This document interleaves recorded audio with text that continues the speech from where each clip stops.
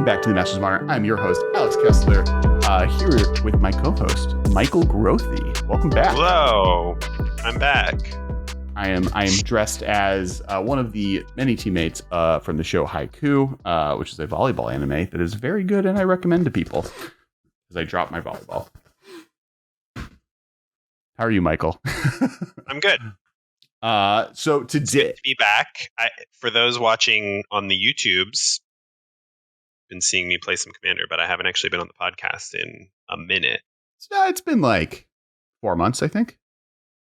It's kind of a long time. It is a long time. How many episodes have come out in that time? 16? 16, yeah. It's a lot because of like content traveling. It's been missing me, you know? Yeah. Well, welcome back. We're excited to have you. Today we're talking about budget command, like budget modern, like looking at the format. So we're kind of in the middle of this series of how to get into modern episodes. 4 weeks ago we had Zach Allen on. We did an episode on like what the metagame looks like right now. The following week we did like kind of more of a MTG finance version of like how to get into modern on like what cards seem undervalued for like what's going on in modern in general. Last week we had Prof on from Tolarian Community College, and he and me talked about just like how to get started in modern. Like, do you start with budget decks? Do you start with proxying a deck out first? How does that look? How does that work? And then today, so I guess what was the verdict? How do you get started? I have my own opinion that I might mention. So I'm interested to know what you and Prof. We can go to that. Sorry, I don't listen to the cast. I'm sorry, everyone. Wow, I talk to Alex about Magic all the time, I promise. This is terrible. Well, yeah, I have that problem. When I have friends who have content, I'm like, I can just call you and talk to you. Talk but to Alex like every day, and Magic probably comes up every day. So yeah. Not looking to listen to the podcast. Sorry, everyone. Our base level was like proxy your decks out. Don't invest in a deck until you try playing them. Print out decks that are in the metagame. Then look at budget friendly decks that can be upgraded to become better decks over time as you start investing in more versatile staples like fetch lands, shock, mana bases. Okay, that's exactly what I was going to say. I was just making sure that there wasn't something I was missing. We had a hot tech. It was by the Pioneer.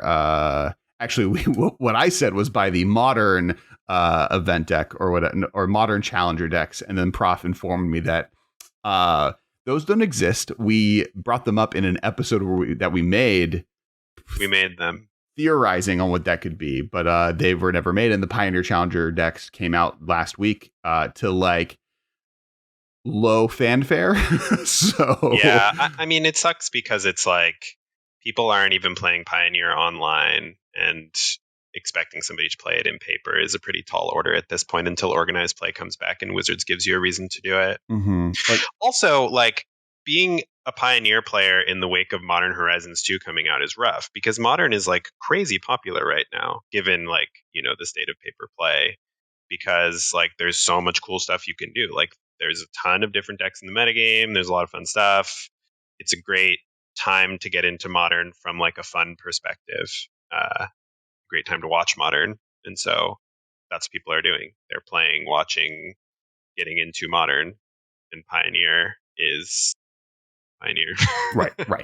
I think that was a little bit of the conversation we had with Prof too. Right, was Modern Horizons has in some ways raised the cost of getting into Modern pretty significantly, and Pioneer does offer that opportunity of being a format that you can play without it being so expensive, or like it's standard rotated cards, right? Like you can play Pioneer by being a long-term standard player that your collection has rotated into the format. That's arguably no longer a viable option in Modern. Now I had a disagreement on that. I think that the power level and the modification of the Modern format from 4 years ago to now is partially responsible by the Horizon sets, but also partially responsible to everything between Eldraine and Ikoria coming out, from companions to everything in Eldraine to Theros Beyond Death to. I mean, if you think War of the Spark about like a lot of the expensive cards in Modern, like Zendikar fetches, like those are standard cards that rotated. How many people currently playing Modern were playing Standard and Zendikar who just saved their fetches? It's like people are getting those from supplemental sets, same as what you're getting from Modern Horizons. Sure. So like we're just so far removed from like the time that Modern started. And the fun fact is like that Modern now is older than Legacy was when Modern started, right? Yeah. Like there's more years of standard sets. So it's just like you can't be expected to have played Standard for 20 years and built up that collection, Sure. Or I think 10, 15, 20, I don't know, 20 years, I want to say. Yeah, no, I agree with you. I think, well, that was the argument for Pioneer, right? Was like there needs to be a middle ground format. And I think at the time, or during that episode, and we can go back and listen to this because we don't have to rehash it all. But, I brought up that the point of Pioneer originally was partially like, oh, we're going to come out with these sets that print cards directly in the Modern because we would like Modern to be able to be, because Legacy doesn't exist anymore, right? It does exist. I know people are play it, and Legacy is very fun when you can have a collection that can handle Wizards it. Doesn't have the ability to support it. Correct. So Modern is that. There's nothing they can do. And a thing that they were doing with Legacy for a while that was kind of making Legacy exciting was that any card printed goes into Legacy. So Commander product goes into Legacy, Conspiracy, Battle Bond, all of those were Legacy legal cards. And Wizards, I think, wants Modern to be that. I think like the intent with Modern Horizons and now the Lord of the Rings set is to maybe start looking at these supplemental draft sets when appropriate to release them just directly in the Modern the way they used to be released in the Legacy, and then have Pioneer be this pure standard only format that's in the middle because it's the one that's in the middle. Pioneer then had an unsuccessful launch, but I would be very surprised. I don't know if Wizards is going to relaunch Pioneer or like remake Pioneer happen or try and focus on it again, but I can see them trying a similar format out from whatever starting point they pick going into the future. Yeah, I mean, in 10 years, we'll get a new Pioneer because Pioneer will be similarly inaccessible to Modern, and not due to the introduction of supplementals, but it's just like, oh man, I need tireless trackers for my Pioneer deck, but they were in Shadows of Innistrad. I wasn't playing back then, or whatever. Right. So, but I think that they'll probably pick up Pioneer where they left off. I mean, especially with the decks just coming out, I think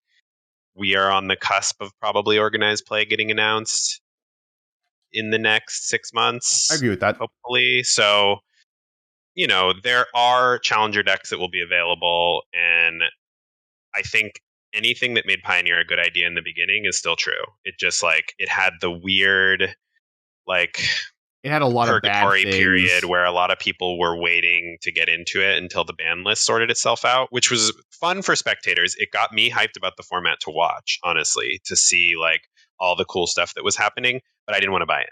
I think a lot of people were in that boat. But then there was a pandemic. So right. It was just super bad timing. But I think everything that made it a good idea in the beginning is still true. It can still be the format where you play your rotated standard cards from a time period where cards are still relatively accessible. Yeah. But that won't be true forever. Yeah, so. I think Pioneer fell on 4 different swords, right? It was announced basically the same moment that Arena realized that they needed a internal format. So Historic was announced. And so that was a competing which set of cards is going to be more interesting. And then Wizards at the time was definitely more incentivized to make Historic more of a thing because Arena was the big new thing that was really exciting that they were pushing. Well, and you couldn't play Paper Magic. I haven't gone there yet. No. Then Pioneer had they came up with the idea of doing what people recommend with Modern, which is we want to do a no set, no ban list version of Modern. Let's unban everything and then let the chips fall and then start rebanning stuff. And they're like, okay, we'll take that idea, but do it for Pioneer. And I don't think is the correct thing to do. But B, at the same time, it was happening in the midst of the worst banning season of all time for Wizards. More cards were banned between War of the Spark and now than any other period in Magic. And in the middle of that, they created a format that was just and we're also going to ban new cards every week on top of that buzz. And I think that was not the best idea.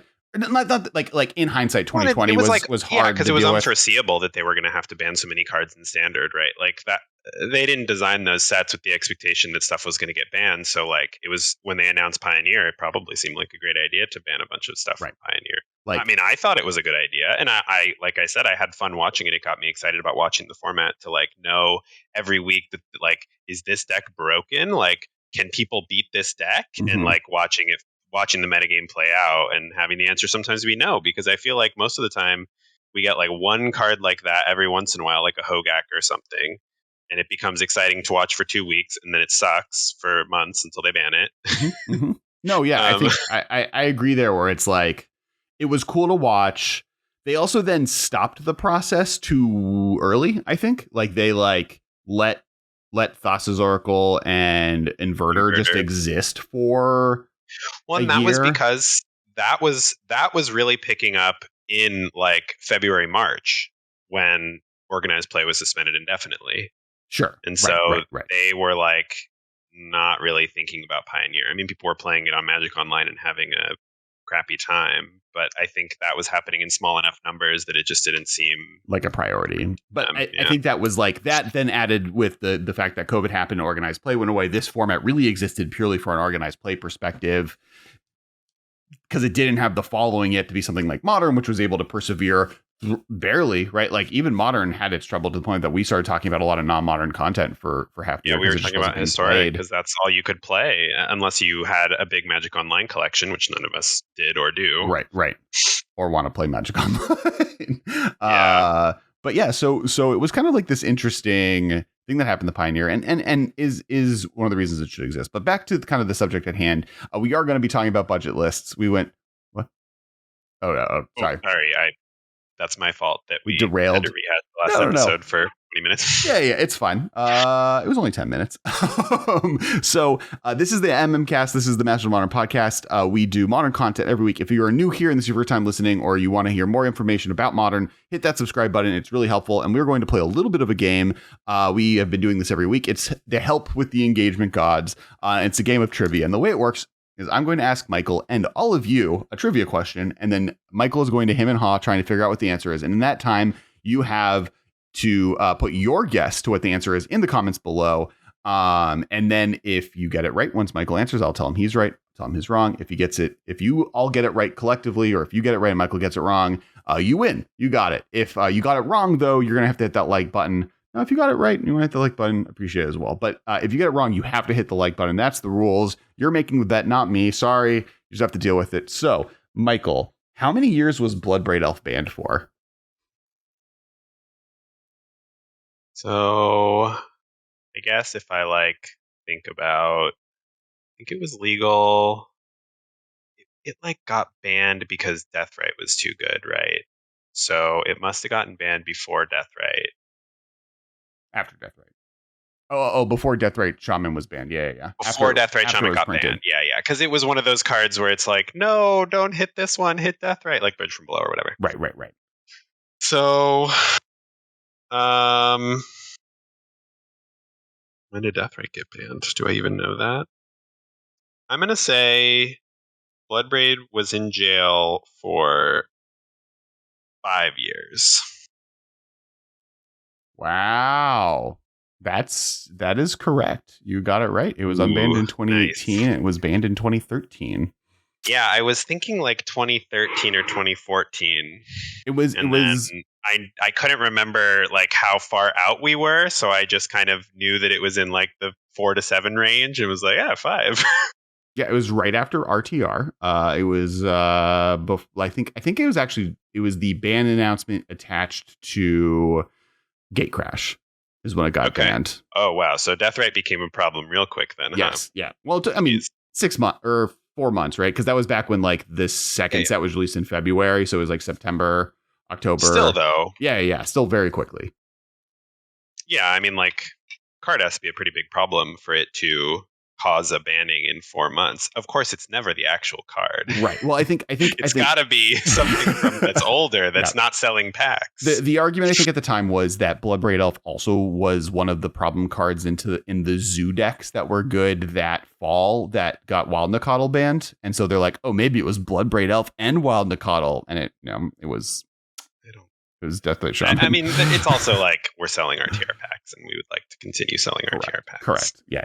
But yeah, it unbanned in 2018 though, and it's been with us ever since. So if you got that correct, hit that like button. Or sorry, if you got that correct, you're great. You don't have to do anything. but hit the like and subscribe button. If you got it wrong, though, you got to hit that like button. Thank you so much. Super appreciated. And last but not least, this show, TCG Player, we have an affiliate code. If you're going to buy cards, make sure to click that link below before buying stuff. Then put stuff in your cart and purchase. We don't get anything unless you do buy it from them. But if you get something, we get a little bit of kickback. It doesn't cost you anything, and it's super, super appreciated. So thank you so much, all TCG Player shoppers. If you use our affiliate link, we are hyped about it. All right, now we're going to get into the episode. So first thing we wanted to talk about is because Michael, you kind of had a point at the beginning. I'll let you make it in a second about just like generally when people get asked for advice on like what a budget list is, the answer is something that isn't that good. And yeah, so, I mean, I want to like this is kind of what I was asking about, like here in the profs conversation about how like what's the best way to you're curious about Modern. What's the best way to like start building a deck? And the answer is like a lot of the time people are like, oh, what's a good Modern deck for like a player with no Modern collection? And it's like, oh, well, you should just start with something cheap and easy like Burn, or you should, Storm is really cheap and it's good even without fetch lands, or like, oh, just build 8-whack for $100 and go from there. But I feel like that gives people a negative impression of Modern because like a lot of these cheap decks are like super linear and they might not be your play style. Now, of course, there are people who love to play Burn, love to play 8-whack, love to play Storm, but I don't think that you can just blanket give these same few suggestions to everyone entering the format because like Modern has a lot to offer. You can play, aggro mid-range control combo of any number of different flavors. And so I think it's best to, like you and the prof were saying, it's best to figure out what kind of deck you are interested in and proxy it up and see if you think it's fun. And then if you think it's fun, you want to try and get stepping stones. So what I did is my entry into Modern was from the World Championship in like 2012 or something. Was Shota Yasuoka playing Eternal Command at the World Championship. I thought that deck was amazing, super expensive. Had Tarmogoyfs at the time when Tarmogoyf was the most expensive card in Modern, tons of fetch lands to fuel your Tarmogoyf, and Aether Vials, which are expensive, and Cryptic Commands, which were expensive, Snapcasters. It was just like, rivaling Jund in terms of price at the time. And so I built Scapeshift because I'm going to use the Snapcasters and Cryptics. I'm going to use the fetches. I can wait on the Vials and Tarmogoyfs and some of the other expensive stuff. And then, so that's what I did. I built Scapeshift. It wasn't exactly a budget deck at the time, but it was like, I built it over the course of 6 months or whatever. And then I think at the time you probably had Snapcaster Major, like you were playing during that period of time. So yeah, at the time you got them during rotation. I bought Snapcasters for like $25 each. So right. It was like, and I bought fetches for probably, 30 or whatever, right? Like everything was a lot cheaper. Fetch lands are now cheaper than that, so you can get them at that level. But that was kind of part of also what we talked about buying at the right times. The cons fetches weren't legal. I was buying Scalding Turns and Misties for like 30. So. Well, that's why we say, proxy decks out. Now, kind of one of the things I wanted to talk about first, as we kind of get past that, is there are the first thing I want to start with, because we're going to talk about those, right? We're going to talk about the 8-whacks. We're going to talk about like under $100, under $250 decks that like are buyable, are viable, have done well. We want to talk first about like decks that have performed in tournaments that are under $500, and then maybe talk a little bit on like what could be done to make them less expensive even. So to get started, the first deck we're going to be talking about is well, do you want to talk about Burn first? Sure, yeah, we can start with Burn. All right, cool. Burn is pretty much always a good Modern deck. And it is a 2-color deck. I think one thing that is a big thread with these budget decks is that they're often 1 or 2 colors, because it means that like you can fudge your mana base a little bit. Mm-hmm. So like Burn is like a $500 deck with fetch lands. But if you remove the fetch lands and replace them with either you play mono red and lose some of the white cards, or if you remove the fetch lands and play like just the fast red-white land, the flip red-white land, and they're generally already playing lands. Inspiring Vintage. But yeah, you can play the flip land, you can play the pain land, Battlefield Forge. You can just play like fewer fetches and more mountains because you're like pretty close to mono red anyway. You can probably skimp on white sources a little bit. Suddenly, like the deck becomes, like $300 or less. Right. The actual cards that are expensive in the deck, like Lava Spike for a playset is $12, and Eidolon of Great Revel is $60 for a playset. Goblin Guide is $26, and everything else is significantly less expensive until you get to the mana base, or the mana base. And the mana base is like, this is a mostly mono red deck with Burrow's Charm and Lightning Helix, and there are cards you can play instead of those two cards, and that's kind of what the Blitz decks do, right? Like they are playing that. I think the biggest draw to white, though, in most decks actually, but especially in Burn, is also sideboard cards. I do think that if you go to mono red, cutting Burrow's Charm and Lightning Helix is not the end of the world, but I think losing out on white sideboard cards is a big deal. Which, of course, if your budget is like $100, building mono red Burn is fine, and you can work up to red white. But I would only recommend that if Burn is a deck that interests you, or Prowess, or red aggressive decks playing Burn spells. Right. I mean, and if you look at like budget from a perspective of $500, which is not a budget, right? That's a real deck you're building. But these are decks that have performed there that also are in a world where their mana bases are more expensive than they probably need to be, and still can be efficient enough to do well at a tournament. And that's Blue-Red Affinity, $250. Burn is $500, but as we said, without the lands, it gets down to $200. Storm, $350. Tron, $500. And that's mostly in the chalices. Dredge, $500, once again, mostly in the mana base. Belcher, $340. And then so those are ones that have recently placed in a top 5 on a Moto event or an SCG event. And those are all 2-color decks or less that can be made pretty efficiently while not spending that amount of money. For like Tron, for instance, does have expensive big threats, but you can build up to those and play a more diverse spectrum of those while also keeping your budget down. Yeah, you can play like more War of the Spark Ugin and less Karn. Right. Or and there's even versions that are more Eldrazi Tron based. Now, losing Chalice is kind of the big bite there. And that's the thing, is like looking at specific cards that end up being really expensive and why are they expensive. A bunch of these decks are leaning on Chalice to cover that base, and getting into that and figuring out why you need that card is important. Eldrazi Tron, which is the aggro version of this, though, is like very inexpensive other than that specific card. Yeah, to discuss budget decks, like a lot of this was kind of us going into existing decks and figuring out like what is essential to this deck's function and what is cuttable. And I think like Chalice and Eldrazi Tron stands out as the most expensive card. You could just cut it, but I feel like it's kind of essential to the deck's function in the same way that I think like Eidolon of the Great Revel is a big reason to play Burn. I think if you want to cut Eidolon of the Great Revel from Burn, you should probably just play Prowess. And it'll maybe be a little more expensive because you need Mishra's Baubles and Metamorphoses, but I think like it will be cheaper than Eidolons. And I just think that's a big reason to be playing the Burn deck specifically, and I don't think you can cut it. But I do think you can shape the mana base. You can maybe pick some cheaper sideboard options or whatever, right? So, well, and like if you go into Storm, which you mentioned, like there are Storm budget lists that you just don't play Steam Vents, you don't play Spirebluff Canal, and now the deck is just loads of less expensive. It's already only $350. So in this list that top that won 5 out of league is already not playing fetches, which like a lot of Storm lists you see that are a little more expensive are playing fetches, I think. And so you just like Spirebluff Canal is $20 a pop. That's $80 off. Steam Vents is actually Storm is rarely playing fetches. Just looking at all these lists that have Storm doesn't really play fetches. Oh, all right.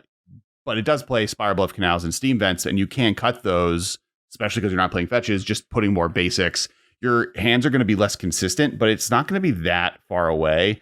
And there's even new tools printed all the time of different lands and mana bases that can help make that work. So I think like this is a great example where building the deck, having the mana base slowly being built over time and trading into those, or opening up cards in draft, giving cards that are valuable in draft to players that want them for standard, getting those cards to become the mana bases that you need, or like on a weekly, set a budget to building those mana bases up. And that is the biggest limiter in Modern is mana bases. Once you get past that, or if you're creative with it, you can do a lot more with it.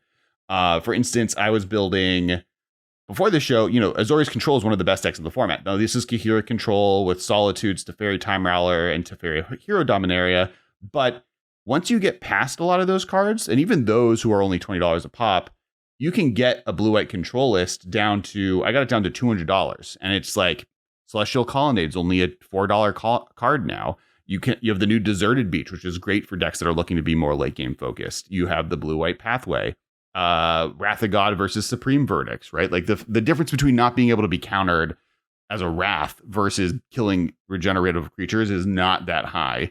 And then you move, instead of playing Archmage Charms, you play stuff like Spell Queller, and along with like Dovin's Veto, you still have Counterspell, you still get access to Path to Exile.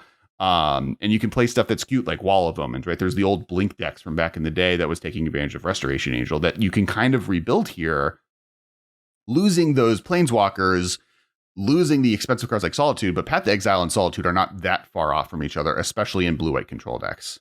Solitude is probably better, but not by a lot, not enough to make it so that, like, if you, for a budget reason, want to just play with this option, you're going to be that far off.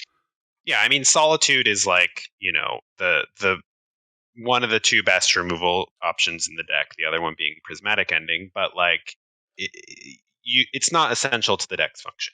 Like, blue-white control was still very good before Solitude got printed, and will continue to be very good right after, you know, if you are playing a budget version with no Solitude. So, yeah. It's just about seeing what is essential to the deck's function. It's interesting, like blue-white control has a lot of expensive cards, but like most of them are fairly replaceable. Like Archmage's Charm is one of the best counterspells in the format, but it's not like there aren't other good counterspells, like you said, Spell Queller, or even like Mana Leak or Dissolve or something like Dissolve, Dovin's Veto. You have main deck Negate is fine, right? Or Spell Snare or something. Even what's the Mystic Dispute? Right, that's the 3 mana. That main deck, but I think there's just like a lot of options out there that you can spread. Logic Knot, right, is the classic. And so like there's definitely things you can do to modify these decks to become cheaper, especially the 2-color. Like filled with good stuff. I mean, you like even blue-red Prowess, which right now, like people are like, oh, you need to play Ragavans. But if you really look at the lists, a lot of the cards aren't that expensive, and you're able to start playing something a little bit more versatile. MH2 was one of the best decks in the format. Even if you don't play the Ragavans, you're still you got Dragon Rage's Channeler, you got Unholy Heat, you've got Expressive Iteration from Strixhaven.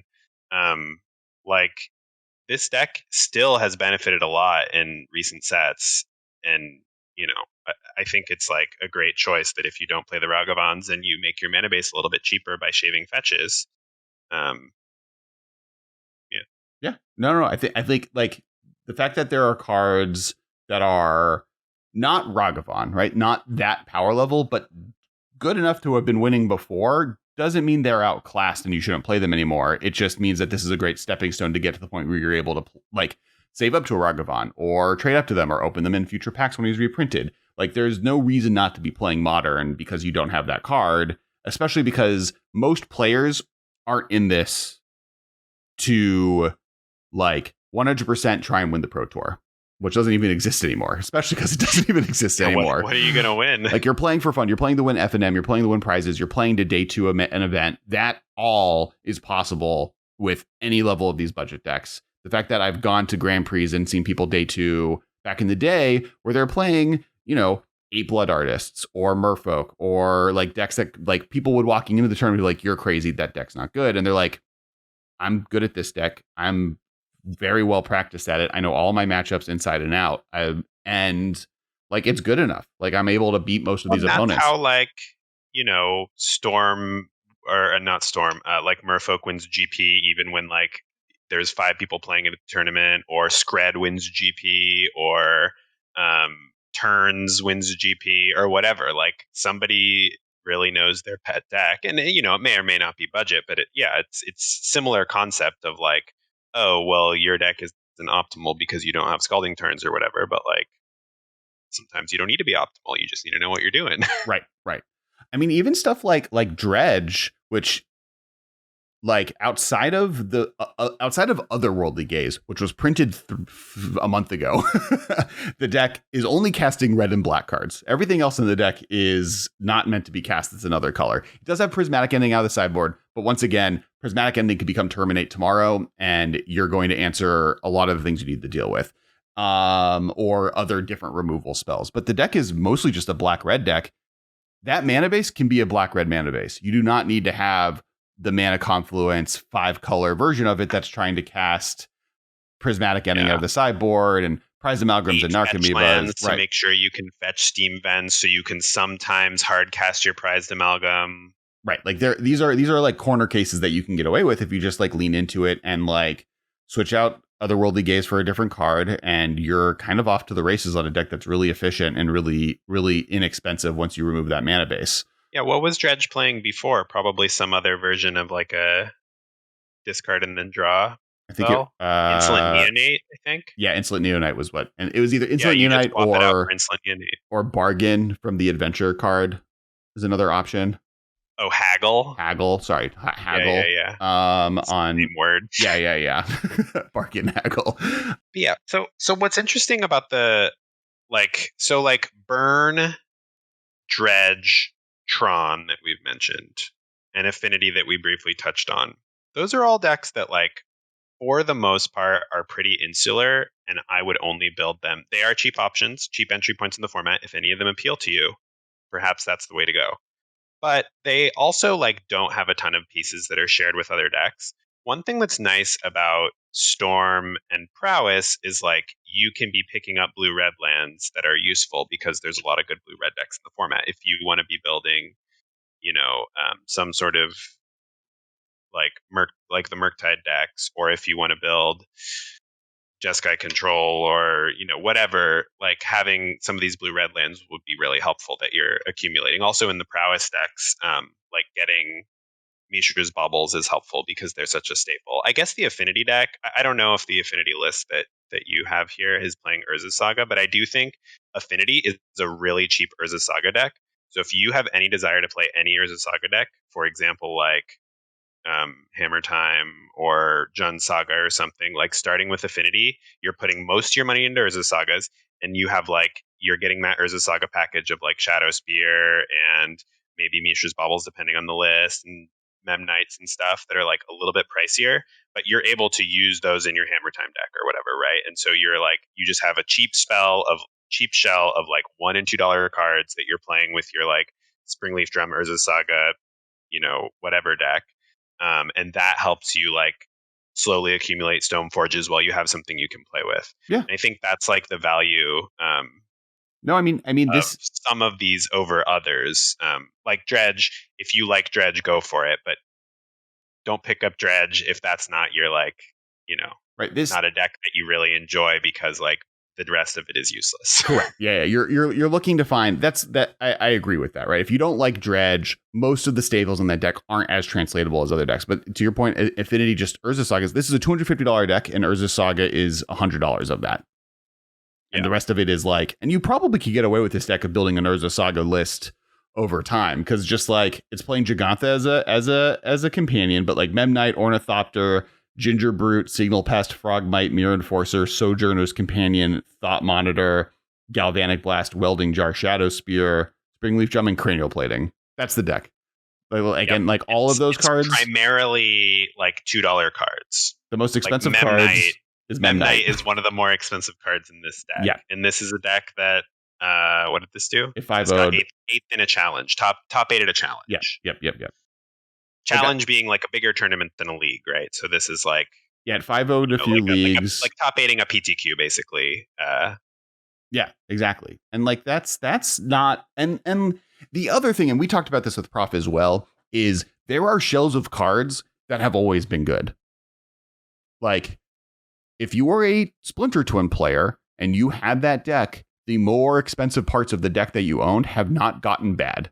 Your fetch lands, even Snapcaster Mage, which is at its worst now than it maybe has ever been, but all of these cards have continued to be good past that. You became a Blue Moon control deck that eventually became a Phoenix deck that then became a Blue-Red Prowess deck that now became back to Delver. And you maybe were a Treasure Cruise Delver in the middle of all that for a 3-month period. But that shell continued to translate the new decks. In Affinity, yes, Mox Opal got banned, but now this version of the deck is out there with Thought Monitors, which is not called Thought Copter. And I learned that between this week and last week. But you have a deck that, for the most part, isn't that expensive, but the basic shell of artifact aggro is still there. You have Dredge, which has had 4 to 6 cards banned out from it over the last 6 years, and it's still putting up 5-0s in leagues and still doing well. It can still win a tournament. Storm is another example where, like, I have built Storm 3 times and a card has been banned out of 3 times and I've stopped paying attention to it, and then it just is still good because it will, like, Wizards can't help themselves and keeps printing stuff that's good with Storm cards, including Storm cards with the word Storm on it. But now it makes squirrels. But there's just like going to be consistent good spells that are printed that are good to play with each other, and this deck will take advantage of them and is pretty inexpensive to buy into. And if you like it, even if they ban cards, there's going to be a way to figure out a way to make it work in the metagame. That's true of Tron. Yeah. That's true of Burn. And I mean, from the perspective of someone who's a control player, I've had blue-white control since Modern was created. And just like Path to Exile, Celestial Colonnade, and Stoneforge Mystic have hung out in a deck box of mine basically since the beginning of this format. And that's been consistently true. I have to pick up staples as they come out in Standard, as new ones are printed.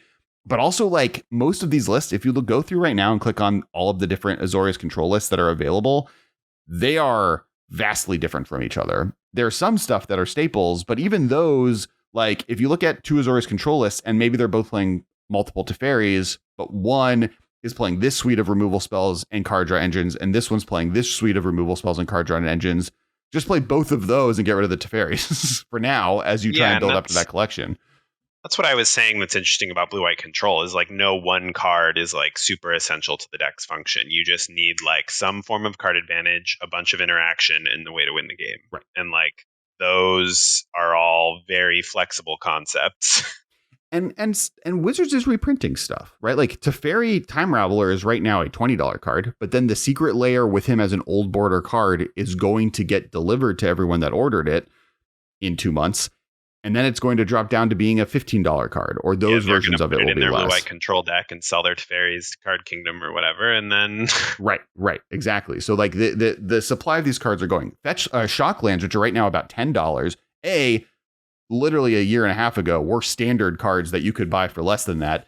B, are going to be full art in the Unglued set that's coming out later this year. And so there will be an amount of either opening those packs and getting those from that set, or as those go into the market, those lands will become slightly less expensive, especially as players that have, like, nice versions of those cards want the new most premium version of it being the full art Unglued Shocklands. So there's, like, over time, you'll be able to buy cards in to these decks. And the important thing is to know, like, these decks are playable without those. You don't have to look at what the top 8, top 10 cards in the metagame are and be like, oh, if I don't have 12 elementals, free elementals, I can't play the format. Or, oh, if I don't have Ragavan and Murktide Regents, I'm out. It's like, no. Blue-red Prowess decks are playable without those cards. They get better with those cards, but you can overcompensate with removal. You can overcompensate with Wall of Omens and blue-white control. And yeah, there's actually, like, a really good for blue-red Murktide in particular. There's a really good guide for a budget version of specifically, like, the Murktide style, like, Delver deck that's playing Delvers over on Channel Fireball. There's an article about a budget, like, Delver deck that's playing, like, Delver over Ragavan and, like, Sprite Dragon over Murktide, but then, like, most of the rest of the deck is the same and you're a little more reactive. So, like, if Prowess isn't your thing, if you prefer, Prowess isn't your thing, if you prefer to, like, have some more controlling elements, there's a really good guide for that deck. It's like a Delver, blue-red Delver, basically, with, like, Counterspell and Lightning Bolt and Spell Pierce, Unholy Heat, like, a little more interactive than Prowess. Right. And but, you still get to accumulate those, like, staples, the Dragon Rage's Channelers, the Expressive Iterations, the Mishra's Baubles, And that list is in the comments below. So a lot of the lists we're talking about are all in the description of this episode, including that article. And so we're making sure to link to that stuff so you guys can see it. And yeah, I think, like, there's a way I would look if you the first step always is print stuff out. Try it out, do a proxy list, play against a friend, maybe print out 2 of them, see which one you like. Then once you find a deck archetype or style that you like, look at what you can do to make it affordable to get started. Which budget lands can I be playing with? What cards that are extremely expensive are there variants that exist that aren't as good. And to be playing the deck first helps you figure out like what's absolutely essential to your deck. That like you can't find a budget replacement for. Like a lot of the decks we were going through and trying to figure out what could we like remove the lands and figure out. And I'm like, this deck is like an Urza deck, so that's can't really replace that probably. Right, and you know, right. And like even stuff like Hammer Time was 5-0ing and winning tournaments before Urza Saga was printed, right? Like these are decks that existed before Modern Horizons.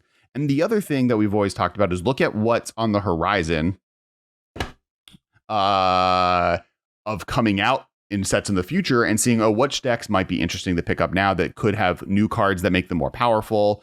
Good examples are like the food decks. I think that like those were really powerful at the beginning of the format. They've fallen way down in power level. And now all of the staples of those decks that were at one point of this format top tier are now very affordable. Getting Asmores and all of the cookbooks and Cat and Oven and all of those pieces right now is really inexpensive. Now you just need a mana base that can kind of put that together. You can play with the value mana base and start with just like with Black Red, and that deck will have moments in the sun where it's really good, or you can just pick up the right cards that fit for it and you can get really far ahead of it. You can look at maybe there's another set with food as a major theme right in 3 years, and it, that just turns out that that's all you needed. You needed that one card that was just like an efficient food generator or whatever. Or even not Academy Reactor. What's the 3 mana makes a token for every token, makes 2 tokens of the other types for every treasure you make or whatever? Academy Manufactor. Like that card, first week playable, stopped being playable, but Wizards keeps printing broken or very powerful treasure, food, and clue token decks, and the right moment happens where that card becomes playable. Someone figures out, like that plus Time Sieve plus Oven and Cat goes infinite in turns. I'm doing that currently in Commander, but that's all modern legal cards that are all relatively powerful on their own. So there's That's like true. Time Sieve is maybe on the cusp here. I would buy modern playable. Maybe bought 10 Time Sieves. I was like, it's like $2 and like very old content creator buying 10 of a card and then promoting it on their podcast. Timeseafood.deck is like really dope, and I might build it before going to Vegas. That might be my like brew I walk into the event with. The other thing about like this whole budget conversation is we're discussing like how to budgetize existing tier 1 decks, but that totally discounts like the joy of brewing. Oh yeah, well that's you the next have step, a cool right? brew. Like what you need to do, whether that brew includes expensive cards or not, is you just need to figure out what is essential to your brew, what makes your brew tick. And for Alex's Food Time Sieve deck, perhaps that's Asmore Cookbook, Urza Saga, Lands, and Time Sieve and Manufactor or whatever, and Emery. That's essential. Yeah, and a mana base that can allow you to cast all those cards, perhaps as cheaply as possible if he's on a budget. Probably not because he owns a ton of modern cards, but for example, and and then you don't need Urza or whatever, right? Like maybe that deck would be interested in playing Urza, but it doesn't really seem essential to the deck's function, right? Like as long as you have those other pieces, you can get by. Maybe you just want to be blue-black to make sure that it's your mana base is cheaper. You don't want to play other colors. You don't want to play red or whatever, right? And Emery does a lot of what Urza does. For like in that deck, Emery might be better than Urza because it puts your cats into your graveyard. It lets you recast your 1-drop spells, and Urza is just a weird 4-drop that's more expensive than what you need. So there's definitely a lot of different options, or like play something like Inspiring Statuary. I don't know, like you just have to cool figure out like what is essential to your deck, and then go from there. And if there's an expensive card that's essential to your deck, like Urza Saga, then you just have to decide whether you want to pursue a different deck or just buy the sagas because it's a good pickup. Right. And that's like the tricky thing about something like Hammer Time or whatever is like a lot of the expensive cards in that deck are like pretty bad outside of Hammer Time. And so you have to really be committed to want to buy that deck. It doesn't have a ton of like format all-stars in it. It's just such a good deck that it has increased the price of these cards by itself. Right. And I think that's something to also look at when you're doing this playtesting thing is, can I play this deck without the expensive cards? Are the expensive cards good investments? Am I buying into blue-red Prowess and then slowly I'll build up Scalding Tarns, or buy them right now because they're probably cheaper than they will be for a while? I think that's my it's Depends on when you got the funds. Sure, exactly. But like that's my buy-in, right? Like what is the first thing I'm going to buy? And now that I've bought it, how good is this overall? Now, the one good thing is, other than maybe Ragavan and maybe some of the elementals, I don't think there's a lot of cards that in the format look like they would be banned. And even if they were, like, make the deck much worse. Like honestly, I've said this for a while. If I'm picking a card to ban, it's Mishra's Bauble, which is not the expensive cards out of those decks. Lurrus does not go away with Mishra's Bauble gone. It just makes it so like Dragon Rage Channeler isn't a bonkers card 90% of the time. It lowers the power level of some of these cards in a way that is probably good for the format, but it doesn't kill any decks it's in. It just makes them a little less consistent. Yeah, I agree with that. But I think that I think the format's in like a pretty good place. Like there's a lot of deck diversity. I don't think we're at the point where something's going to get banned. If I had to pick something, I think I would pick Lurrus. Sure. I feel like it does the most to like constrain what cards are playable in the format, because it like drives down mana curves of decks to like Jund is now cutting out Lilianas and Bloodbraids and a lot of classic Jund cards, Seasoned Pyromancers, you still play Kolaghan's Cancer, you still play that sometimes, but it's like it just drives down mana cost so much because you want to be able to fit Lurrus because it's such a powerful value engine that starts out as an 8th card in your hand. Right. And I think Saga also drives down mana costs. And so like Lurrus and Saga are seeing play in a lot of the same decks because you don't want to play like 4 drops in your Urza Saga deck because like Saga is a land that sacrifices itself. And so it like makes it so that you want cheap cards that you can play with your Sagas before they die. And you're not going to have as high of a land count in play. So then like there's all these forces like driving mana costs down. And I think Lurrus is a big culprit in particular. Yeah.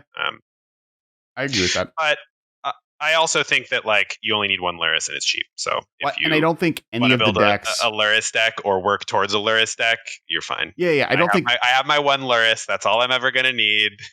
If it gets banned, it's fine. And I don't think any of the decks that currently use Lurrus like go away if he's gone. Right. Like no. I think that's part of the reason why I think it's a good ban too. Sure. I think like Ragavan's just new unplayable Tarmogoyf, because they banned Lurrus, right? Right. And I think like when you look at Ragavan, the reason I think it's fine at the price, it's just new Tarmogoyf, right? Like Tarmogoyf was that price for a very long time, and they reprinted it a lot, which is why, and it slowly got worse and worse, though it's still seeing a ton of play in the format, but now is a $20 card.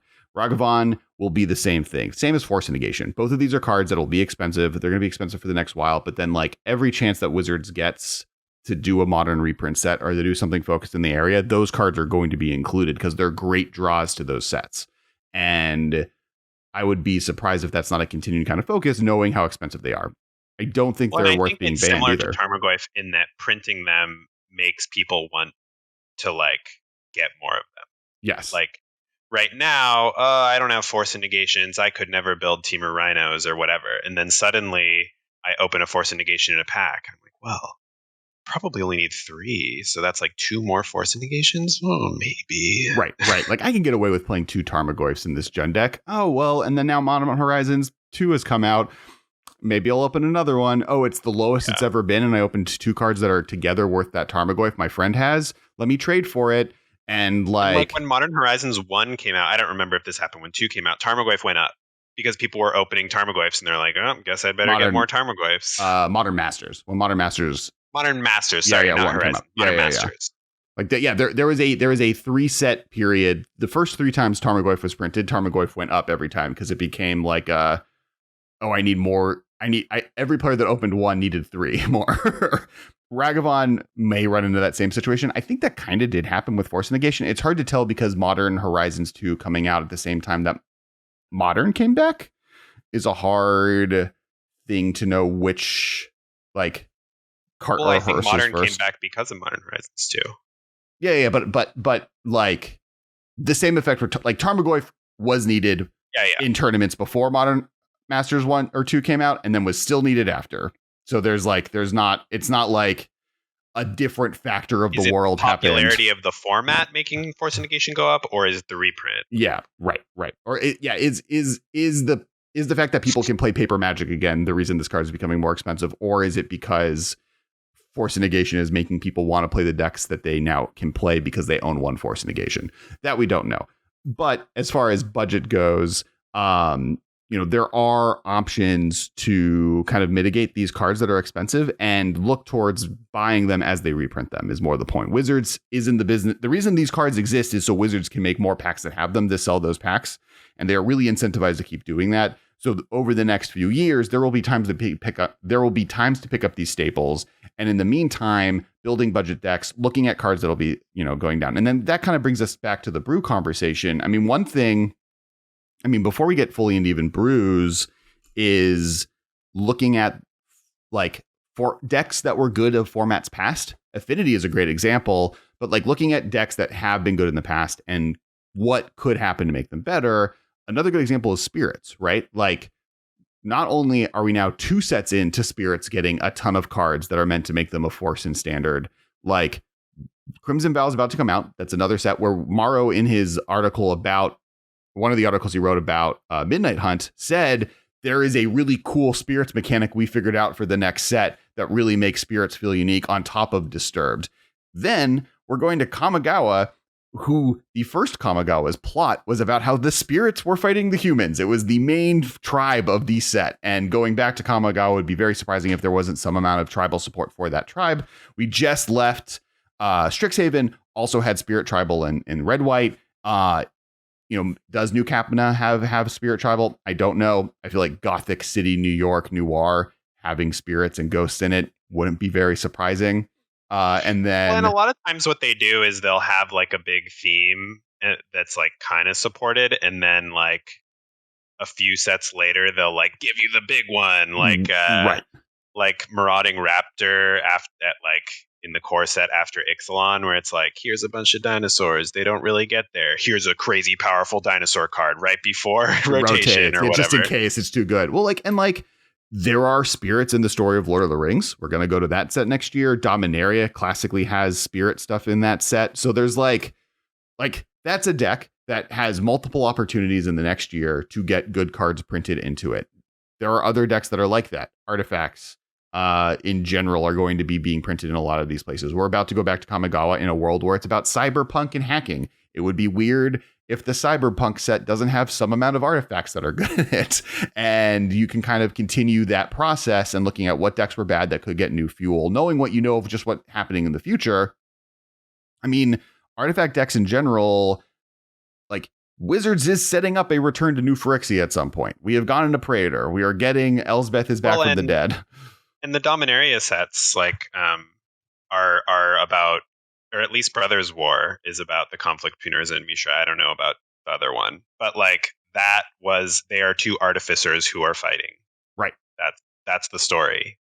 They both have baubles that cost 0, but they also both have a lot of other artifacts that they do stuff with. So I guess the chance that Mishra's bauble is reprinted into Urza, into the Brothers War means that Lurrus being banned is more likely. I don't know if any of that is a sentence. That's the place to reprint Mishra's bauble.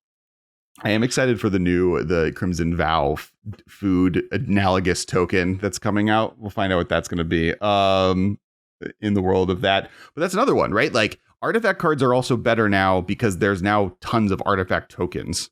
So like stuff like Emery being 1 mana or Urza or whatever gets better and better every day because they keep printing. Moderner? Thought Monitor? Thought Monitor. Excuse me. Thank you. Thought Copter gets better every day because they just like randomly print good cards that come along with an artifact or 2. And like Thought Copter could be a card that just sees play in a regular deck and you just happen to make enough food tokens to make it work.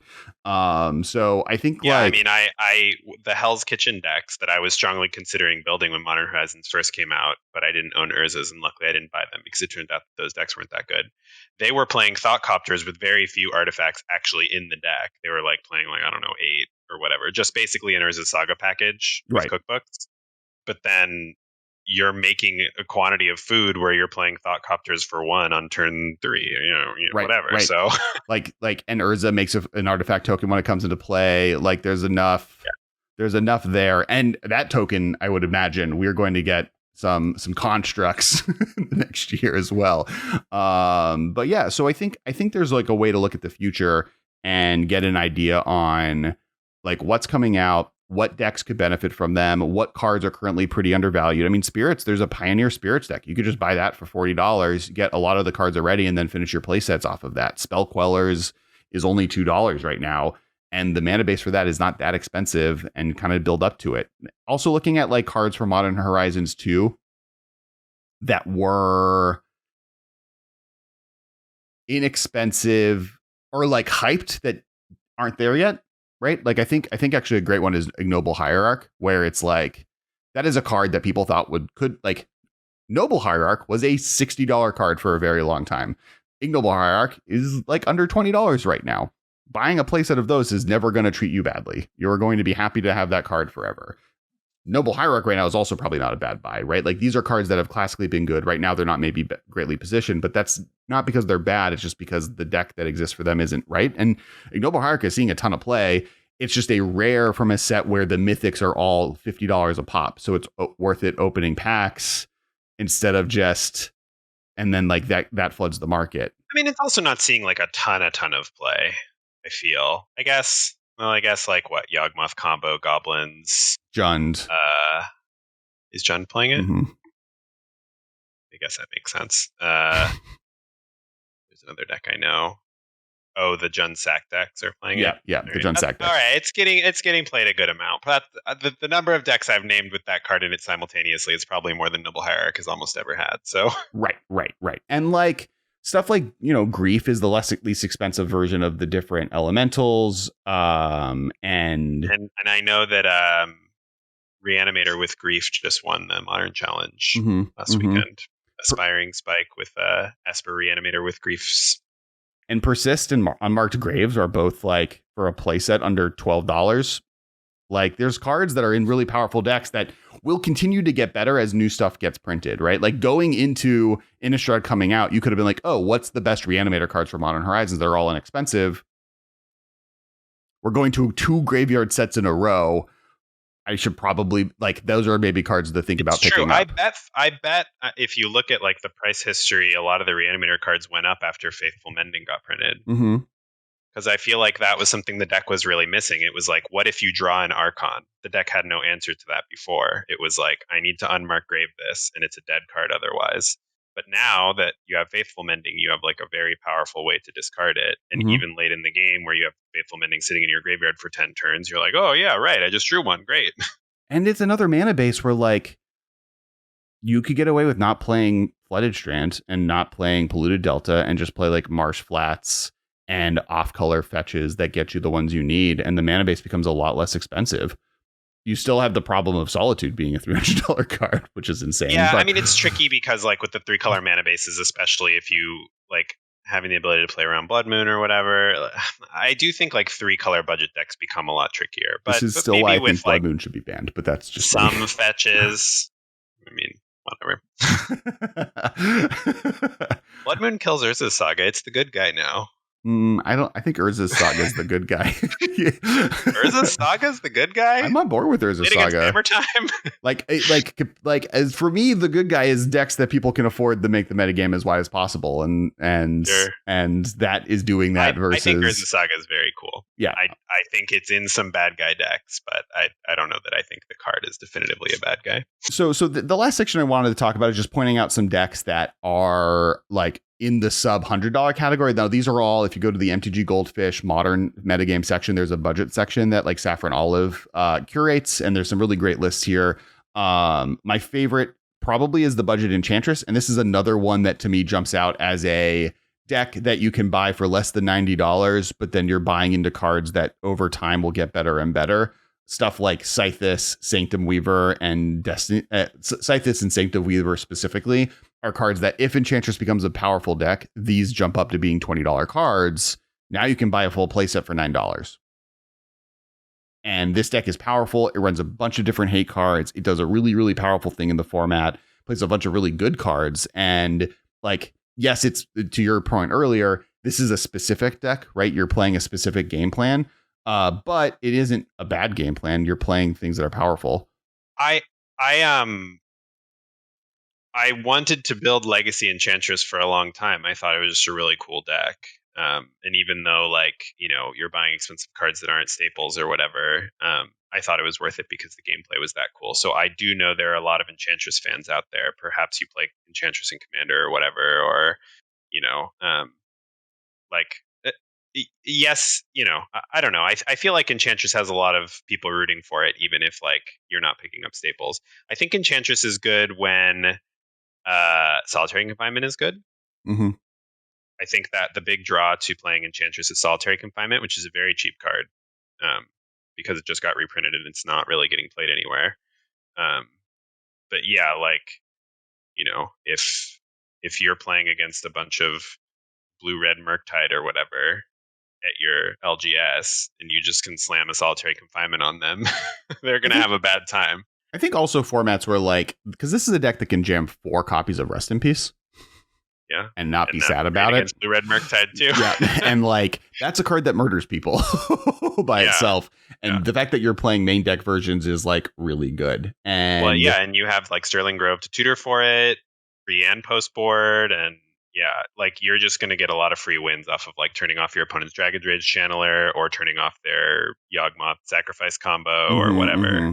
And so, like, I think that's like a great thing to point at. And Oni Silence you can tutor for against, you know, Hammer Time or Affinity or whatever, or food decks or whatever. That's another one is Affinity. I mean, that also is on this list as a deck that it's currently labeled here as Real Affinity. But I think that's that's Mono Red Hollow One. Where'd Real Affinity go? Or did I just copy 2 copies of Mono Red Hollow One? I did. We talked about Affinity earlier, where we went over. Affinity is cheap enough. You can make Affinity even more budget than the previous deck by not playing Urza Saga. Right. My guess is that Deck was not playing Urza Saga. If you wanted to start out with Affinity, just not playing Urza Saga and not playing Shadow Spear, since Shadow Spear is literally only in the deck to grab with Urza Saga, that's a very cheap deck. Yeah, I'm guessing that's what this budget Affinity we were trying to bring up was. And then the first thing you get for the deck for sure is Saga, because it's an amazing card and it's a good staple to pick up, I think. Yeah. I don't think it's going away. I mean, Mono Red Hollow One was the other one that I have here that I like really love. Like, this is a deck that I would love playing, and it's playing for Asmore, which I think is a really good pickup because of what we talked about. It's playing the Cookbook, Blazing Root Walla, Flame Blade Adept, Insolent Neonite, Flame Wake Phoenix, Hollow One, Ox of Agnos, Street Wraith. Ox of Agnos is another good pickup just because it's a mythic from a set that has powerful cards in it, but over time it's already seen play in at least one top tier deck like Dredge.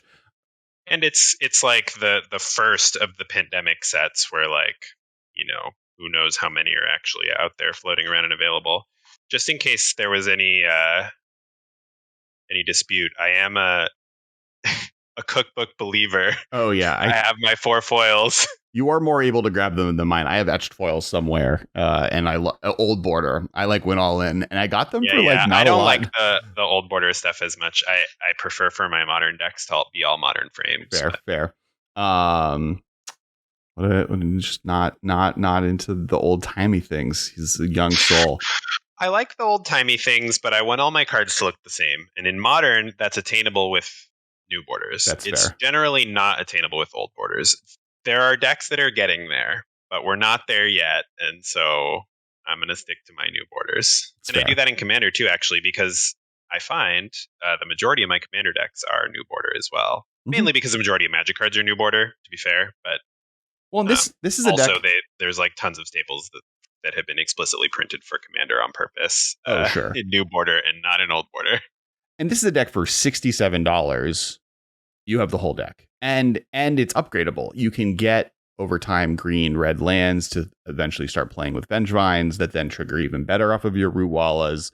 Yeah. And like, it allows you to pivot into Dredge because you're like picking up Oxen and Street Wraiths and stuff. Right. So it's Street Wraith, I guess, isn't a Dredge card, but it's like a living end card. Yeah. So you're picking up cards that are good in other decks and for nothing. Like I almost just bought this deck as we were talking because I was like, oh, it's only $67. I could just have this sleeved well, up. You probably own some amount of this deck too. Yeah, but then I don't have to find the cards. $67 convenience fee. It's like it's close. Well, I don't own all of the cards, right? Or I at least don't own all of them in one spot, and like it's pretty close. Yeah. I don't know how many Blazing Root Wallas you own. Like finding my 4 copies of Burning Inquiry is going to take more than $15, like more than an hour. More expensive cards in the deck. I know. So I think like just like looking at this, looking at fun lists, like that's really dope. And you can find decks that are playable. I think that there's like this conversation on like only the good decks are the ones that are like 5-0ing every tournament or winning all of these formats. But if you look at MTG Goldfish and our TCG Player and or any of these tournament reporting sites, there's a ton of content that isn't that expensive, that isn't putting you over the edge. And like a lot of them are great starting point investments to build into better decks. Like I would take this think the Hollow One deck is even cheap to the point where like this could be something fun that like you don't need to worry about picking up staples or building this into anything. You can just play this as a fun meme at your F&M because it was only $67 and right. you can work on your collection elsewhere. Yeah. I would just I'm nervous. I'm more nervous about building like decks with a bunch of expensive cards that don't translate, but if you're spending $67 for a Magic deck in Modern, I think this can be like a fun, you take this to your F&M and you aggro out some people who spend $1,000 on their deck and you feel really great. Right. And you don't have to worry about getting staples. And like Budget's Enchantress isn't far off, right? Like $90, less than $100. Yeah. You can pick this up really, really, really quickly. Even the expensive cards that are above that, like you may be even able to get around not having. And Enchantress is a deck with legs, right? There's an expensive version of this that is playing a more expensive mana base. It gets away with it because it's able to get play Nyx's Sanctum Weaver, which lets their mana base be a lot more easily on top of Abundant Growth. But and the more expensive version is usually playing Blood Moon too, right? Is it? I don't know that. If that's you can do that. You can go in the Naya. I mean, I think you can just like the thing here is like they're playing. But it was pretty stock to be playing Blood Moon and Enchantress, but maybe that's like 2-week-old tech. The metagame evolves pretty fast nowadays, and I haven't seen Enchantress in a while when I'm watching streams. I think it's somewhat fallen out of favor, but I think they're typically playing Blood Moon. Yeah. It looks like it's primarily Naya is the Blood Moon version. Sure. But like that's a deck you can build into. You don't need to start there. It's maybe the best enchantment in Modern, so fair. It makes sense to put it in your enchantment deck. And you get to laugh at all of these people that are playing these very expensive mana bases and be like, and also it like totally hoses Urza Saga. Yep, that's true. Okay, I see it. Yeah, it's playing. Oh, it's literally that's the only red card is 3 Blood Moon. And then Flame Blitz and sometimes sideboard stuff. Yep. Yeah. But otherwise, the list difference between these two decks is almost nothing. I think On Thin Ice is the only other card here that's like, and that's only because you can't play. Most of the essential cards, right? I mean, that's what makes a good budget deck, right? Is if you look at the Enchantress deck and you look at like what is essential to this deck. It's like Destiny Spinners and Synthises and Sanctum Weavers and a bunch of cheap enchantments, Enchantress's Presence, Solitary Confinement. That stuff is all like dirt cheap. That's what's essential. And then you take out the expensive non-essential pieces like Blood Moons and Greater Aromancy, because you're already playing 4 Sterling Grove. What do you need a $70 Greater Aromancy for? Right. And and you maybe you trim the Force of Vigors from the sideboard and play Nature's Claim or something instead. And then suddenly you have a budget deck. Yeah. And and you can build to get to this point where like you buy 4 Temple Garden, then you pick up the Wooded Foothills or Windswept Heaths when you can get a chance, or Verdant Catacombs, and slowly build your mana base. And then you buy 1 Stomping Ground, and now you have the Naya mana base to be able to play Blood Moon. Yeah. And then you pick up Blood Moon, right? Like that's the way to slowly do it for me. Blood Moon and those lands and the Blood Moon are good staples. So you're spending like $100 on like relatively linear useless cards, right? Like all these enchantment cards that only go in this specific deck. But all the upgrades that you're getting, all the expensive cards you're investing in, those are all the ones that are useful. That's why they're expensive most of the time. And kind of for the record, that's why I lean towards these types of decks over top tier Burn and top tier Tron, unless you love those decks. If you play Tron and you're like, yes, I'm here. I want to make 7 mana on turn 3 every time and get them with the Karn. Like, great, go for it. Start building that deck, do the budget version, and then build up to it. But Tron is a very specific deck's play style. Burn is a very specific deck play style. Yeah, those cards and those Ulamogs and Ugins and stuff are not going to be useful to you if you decide to play anything other than Tron. Right. And versus most colored mana decks, those all you have to get the lands eventually, right? That's one of the great investments that you're building to. But the 2-color ones can be played without those. You don't need fetch lands to play green-white. You don't need fetch lands to play blue-red. Makes decks better or more consistent or make specific cards better, but you also don't need to play with those cards. You can play with other cards as you build those. So like there's this myth that you can't do this in this format, and like just going through deck lists and looking what they're playing, you can pretty easily break down like, no, that's not true. And there's some decks that you can't. Like Jund is just like, I mean, to be honest, the way I got into Jund is I like got fetch lands for other decks. I was playing Grixis or blue-white, and I was able to build my mana base. And then I was able to get, like, I had Liliana of the Veil already because I had it in standard, but like those cards rotated in there. I was able to get Tarmogoyfs over 6 different master sets of opening one at a time, and like. I can never play Jund because I have chosen blue as my modern color, and I have play sets of all of the blue fetches and all of the blue shocklands, and I have 0 Verdant Catacombs, and I have like 1 Bloodstained Mire. I actually used to have 4 Bloodstained Mires, but I sold them as part of a deal where I got a Candelabra, so it was worth it. But I don't have like the Jund lands, so I'm kind of stuck playing blue, which honestly I have no problem with. But that was just kind of the angle that I took into the format was in blue decks. Yeah, that Missy's Scalding Tarns, and then when Khans of Tarkir was out, I made sure that I picked up those Deltas and Flooded Strands when they were $10 each. But just like having the blue-white mana base or the Jeskai mana base has treated me very well for a very long time. Well, it's nice because like if you have a deck and you have like extra adjacent lands, like I have all the blue fetches, so like the Murktide decks are sometimes splashing white for Prismatic Ending and sideboard cards now because like Prismatic Ending shores up some of their bad matchups, and so I just have Flooded Strands and Hallowed Fountains, so I can just do that, and it's easy. Yeah. It costs me nothing basically.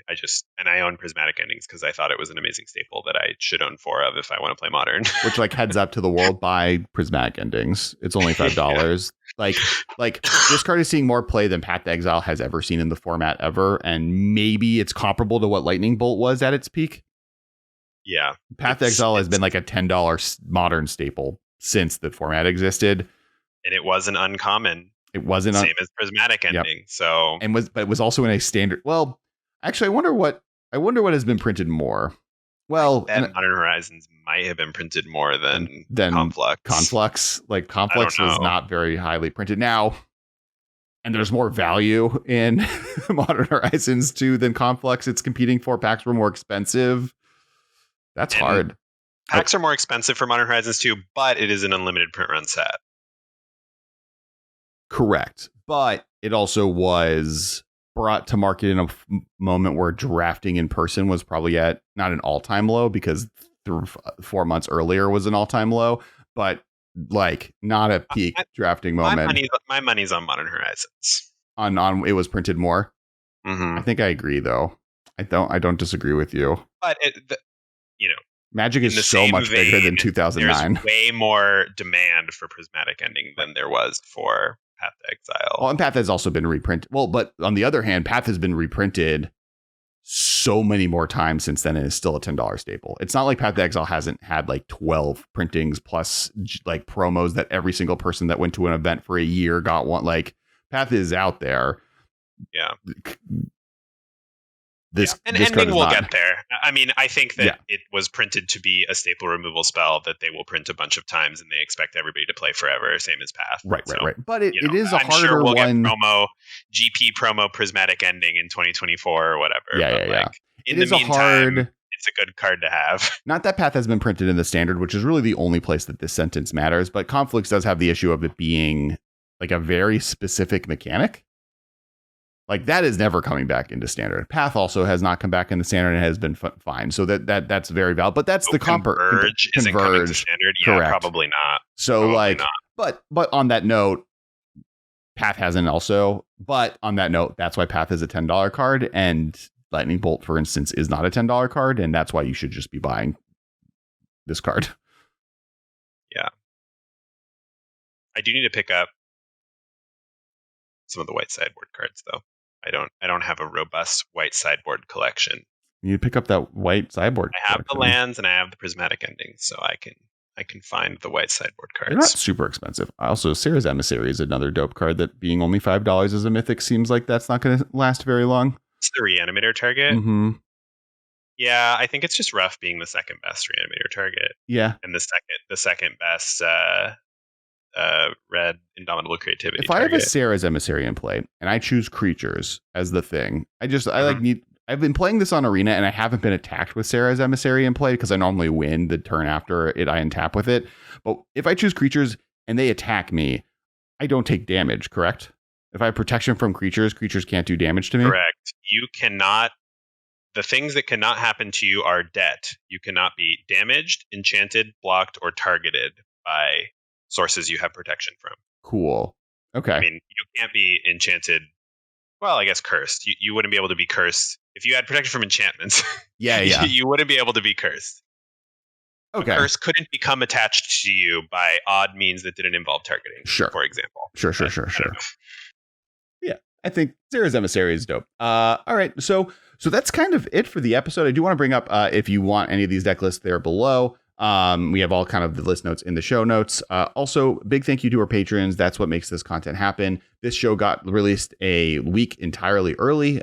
So if you go check that out, Thursday to Monday, and you get a whole bonus 20 minutes of content every episode at the very beginning of the episode. So you can go check that out. It's available to all patrons.